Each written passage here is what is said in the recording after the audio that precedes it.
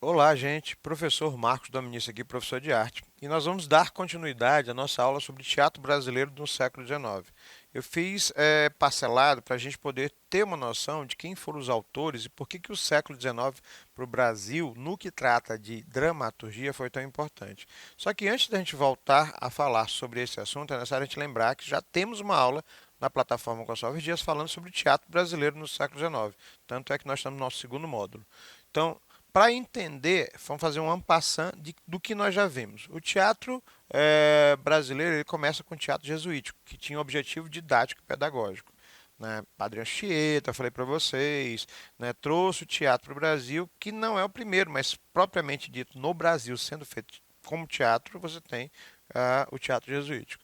Depois você tem uma influência muito grande do romantismo brasileiro. Por isso que a palavra para a gente, drama, parece uma coisa muito exagerada, porque já vem da Europa o drama romântico, aí chega no Brasil é o que o pessoal gosta. Pessoal, como seria o drama para a gente ter uma noção? Sabe aquelas novelas meio exageradas, né, que tem uma nacionalidade específica, que você parece que tem uma interpretação muito pesada? Ela é muito teatral para a TV. Né? Esse seria o drama romantizado. As novelas mexicanas são exemplo disso. Já o século XIX, ele traz uma série de transformações políticas e sociais para o Brasil. Não esqueça que no século XIX, Dom João VI vem para cá com a família real, todos os nobres portugueses vêm para cá e eles tinham que ter conforto nessa cidade, ou seja, construir alguma coisa que passasse o tempo do brasileiro e de que 5.000 pessoas de Portugal que vieram junto com a corte e a família real para cá. Não tinha nada para se fazer.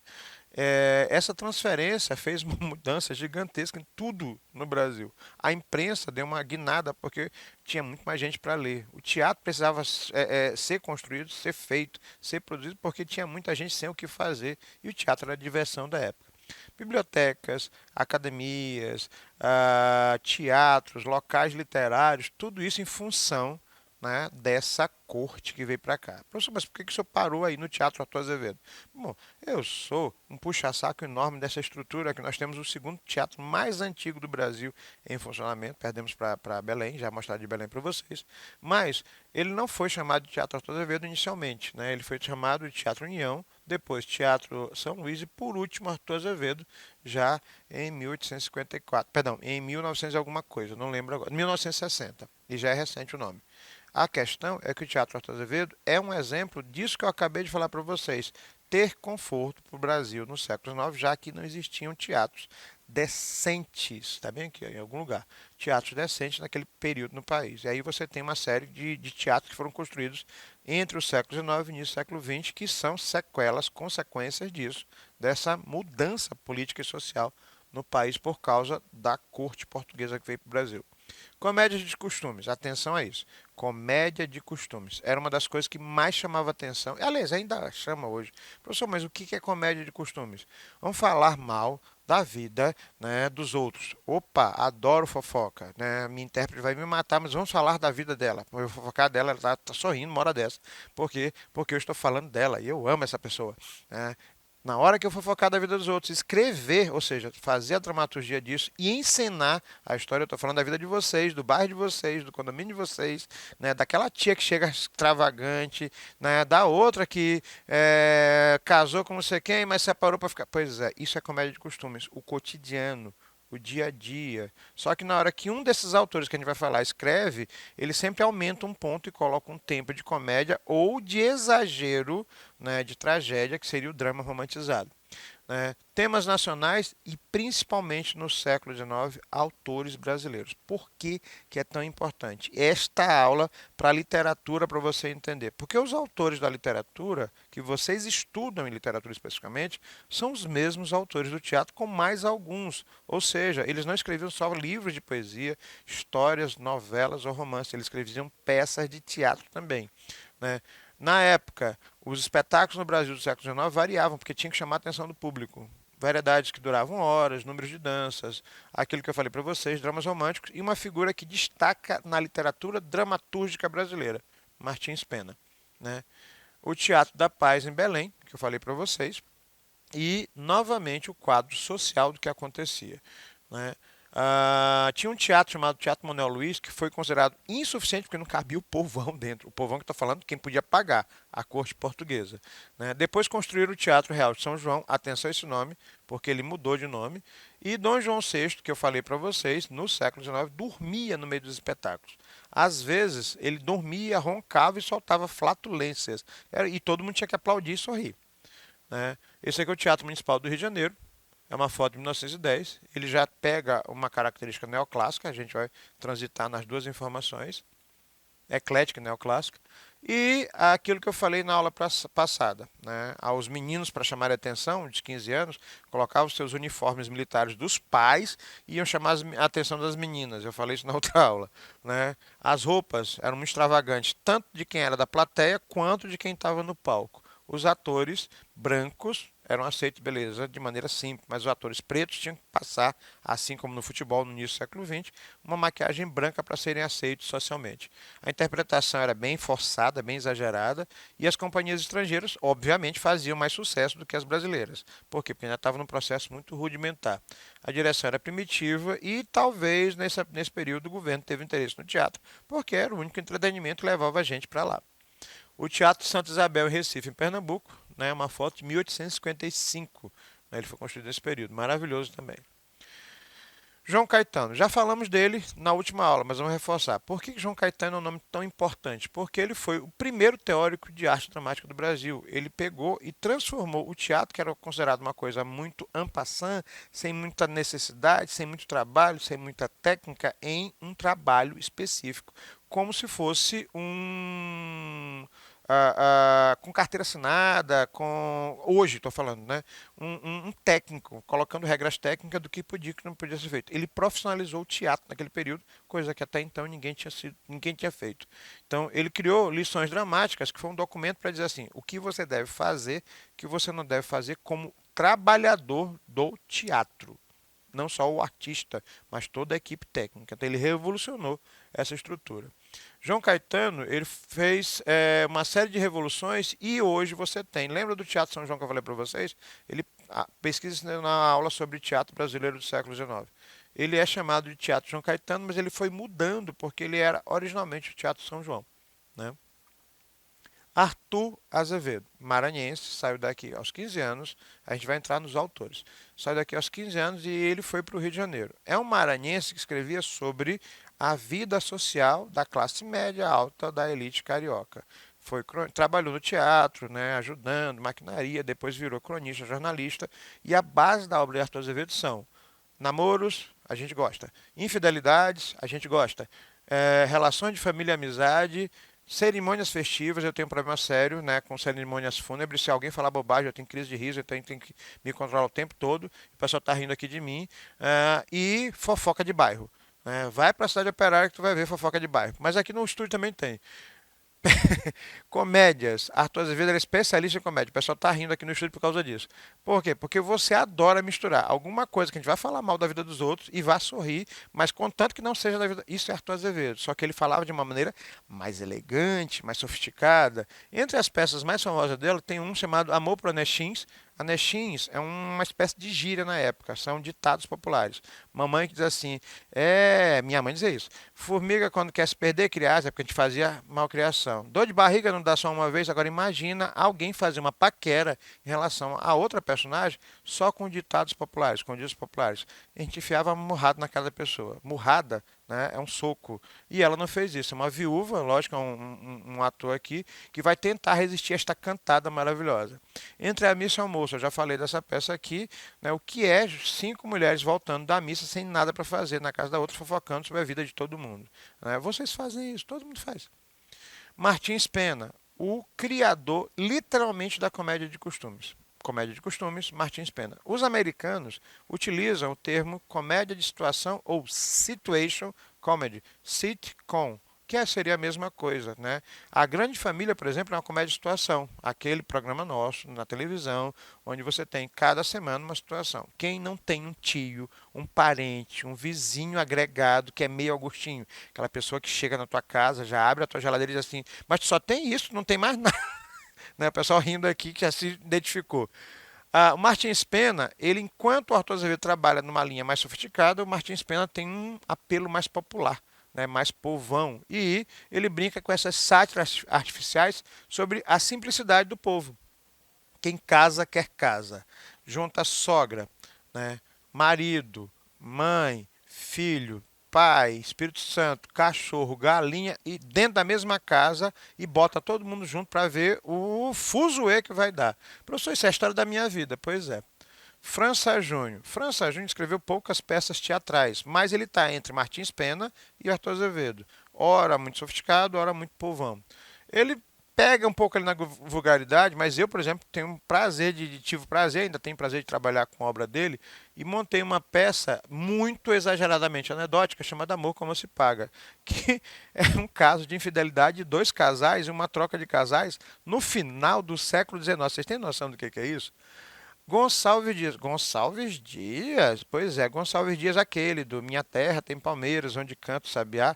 Ele foi autor teatral também. Por isso que eu disse, nossa referência com a literatura é muito forte, né? E o Gonçalves Dias, ele é muito erudito e ele vai buscar no classicismo alemão, né, essa questão do espiritual, da busca do que é coerente e o que não é coerente. Tem uma obra dele chamada Leonor Mendonça, e ele vai mais para a tragédia, onde ele fala sobre um assassinato da mais alta estirpe portuguesa, né? Se for a morte de alguém muito rico, isso vai dar pano para manga, né? Por quê? Porque até naquele período se percebia como esse gancho, né, dos crimes, dos assassinatos, dessa coisa de dinheiro, amor, e Gonçalves Dias bebe nessa fonte. A Leonor Mendonça é um drama romântico brasileiro, pautado inclusive, por exemplo, na obra de Shakespeare, Otelo, onde você mata, onde o personagem principal mata em função de um pseudo-amor. É abusivo, é claro que é abusivo, mas isso ainda é encantador para o público, e na época não era diferente. Machado de Assis. Eu estava comentando aqui no estúdio, perguntando, Capitu, traiu ou não traiu Bentinho?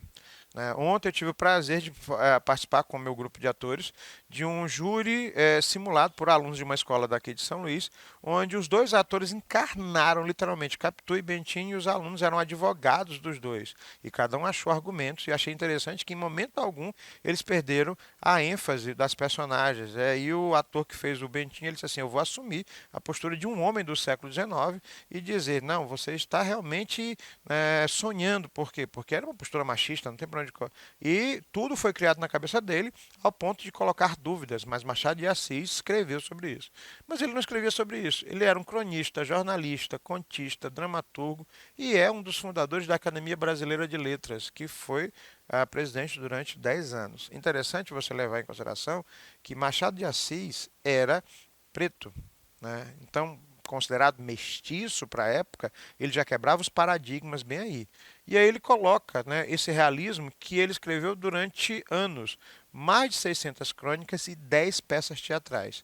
Entre elas, a lição de botânica, que é uma metáfora extremamente sexualizada, é uma piada onde um homem mais velho, que ainda está solteiro, e uma mulher mais nova que é viúva, que as viúvas não podiam casar, acabam se apaixonando, onde esta mulher mostra inteligência porque ela lê, coisa que era considerado rara. Então isso acaba virando uma piada. Né? A sexualização está nas entrelinhas e nos meandros que ele escreve. As peças que o Machado de Assis escreve trabalham de uma maneira extremamente bem-humorada, mas inteligente e sutil, porque se alguém olhar alguma coisa que não tem, ele vai dizer assim, é fruto da sua cabeça. A obra dele tem muito nisso. E é óbvio, não dá para você falar de outra obra que não seja Dom Casmurro, que é uma das mais conhecidas. Atenção, Dom Casmurro, né, onde você tem os personagens da Capitu e do Bentinho, ela não foi escrita de maneira teatral, ela não é um texto dramatúrgico com falas específicas. O Lição de Botânica, sim. Mas a estrutura que o Machado de Assis utiliza é a mesma. E aí ele coloca o empoderamento das personagens femininas muito forte, tanto no Lição de Botânica quanto no Dom Casmurro. Porque quem entra em evidência, mesmo que não tivesse para a época, está falando no final do século XIX, escrito por um homem, são as figuras femininas, a Capitu e as três personagens do Lição de Botânica.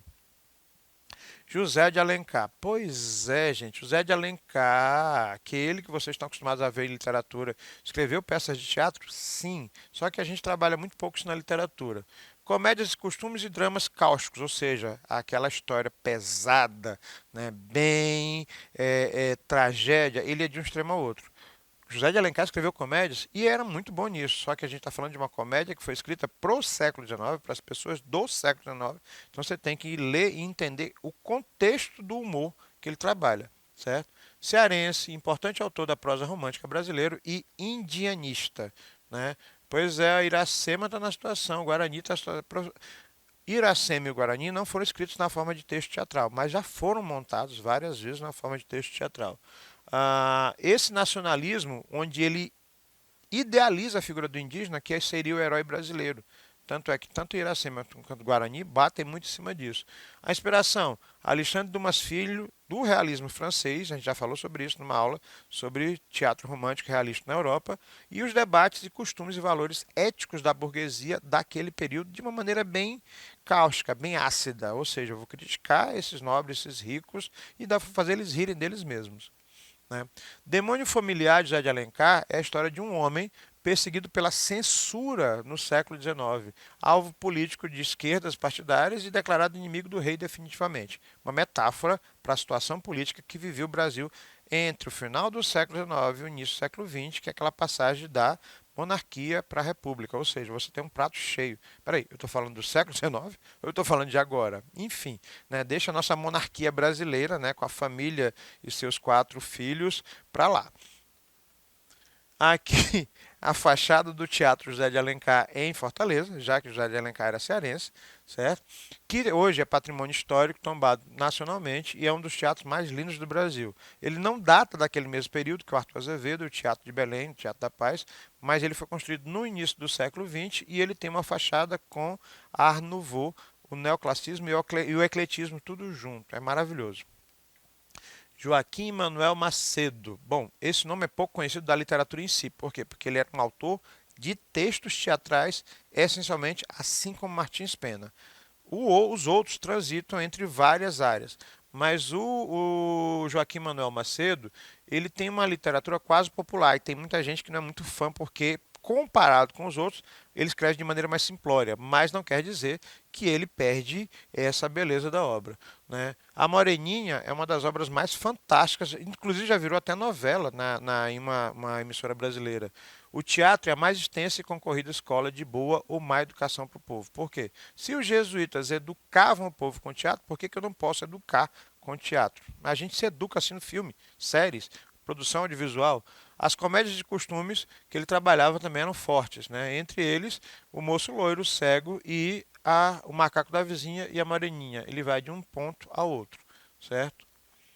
Teatro completo, quem quiser pode pesquisar, você encontra na internet alguns desses livros em PDF, mas também encontra em livrarias, né, especializadas, até em sebos, você encontra com relativa facilidade. Vale muito a pena. Teatro completo de Manuel de Macedo, Joaquim Manuel de Macedo, em 3 volumes. É muito bom. Castro Alves, eu já ouvi falar, pois é, lembra de Navio Negreiro, aquela poesia que a gente estuda na escola por anos?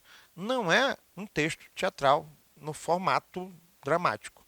Não é um texto que foi escrito para teatro, é uma poesia gigante. Mas é talvez uma das obras de Castro Alves que é mais montada em teatro porque tem um apelo muito forte da questão da escravidão, né? Castro Alves foi poeta, novelista e dramaturgo. Ele escreveu peças de teatro. Dramaturgo seria aquele que escreve as peças especificamente.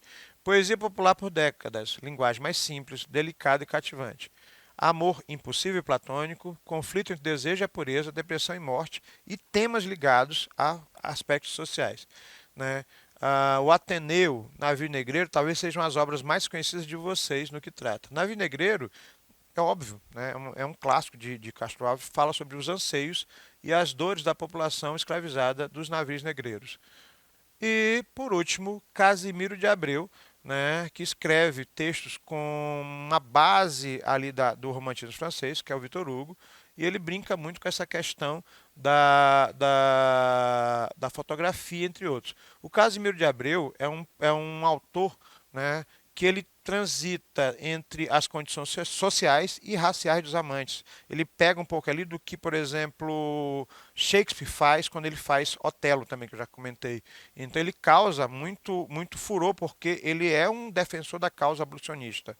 Pesquisem mais sobre Casimiro de Abreu. Camões e Jaú vale muito a pena, né? Por quê? Porque se a gente levar em consideração, assim como Castro Alves, as obras são muito atualizadas, já que a gente fala sobre essa questão do empoderamento do homem e da mulher preta e principalmente o combate ao racismo, né? Vale bastante a pena pensar nisso. Professor Marcos Dominici, um abraço.